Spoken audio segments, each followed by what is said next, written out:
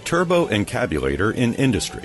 For a number of years now, work has been proceeding to bring perfection to the crudely conceived idea of a machine that would not only supply inverse reactive current for use in unilateral phase detractors, but would also be capable of automatically synchronizing cardinal gram meters. Such a machine is the Turbo-Encabulator. Basically, the only new principle involved is that instead of power being generated by the relative motion of conductors and fluxes, it is produced by the medial interaction of magneto-reluctance and capacitive directance.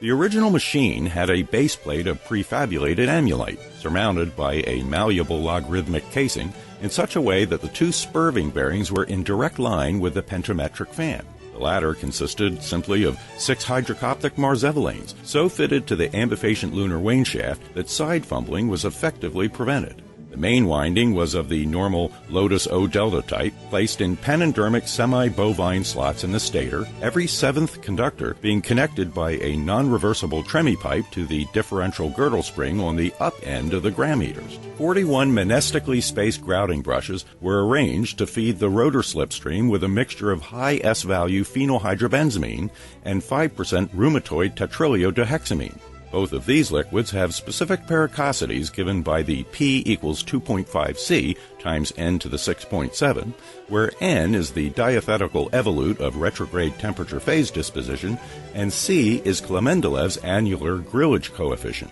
Initially, n was measured with the aid of a metapolar refractive pilfrometer. For a description of this ingenious instrument, by the way, see L.B. Rumpelverstein in Zeitschrift für Elektrotechnisch-Statischen Donnerblitzen, Volume 7.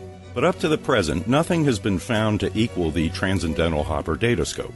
Electrical engineers will appreciate the difficulty of peak tuning a high-Q oscillating thermofrom by the incorporation of an integrated Colpitts bistable Wendel sprocket. Indeed, this proved to be a stumbling block to further development until in 1942, when it was discovered that the use of androgynous nagling pins enabled a cryptonastic boiling ship to be penetrated prior to superimposition.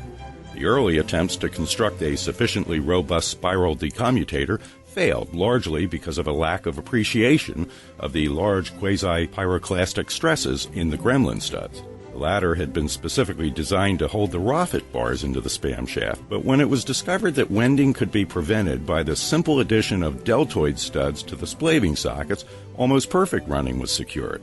The operating point is maintained as near as possible to the high-frequency REM peak by constantly fromigating the bituminous spandrels. This is a distinct advance over the standard nivell sheave in that no Dramcock oil is required after the phase detractors have been remissed.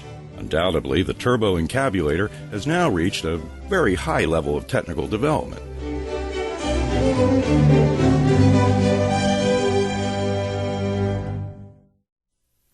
Is that a wrap? Good to go. Good. Now I can catch my breath. Who would have ever thought that those deltoid studs would have solved that problem? I never thought of that one.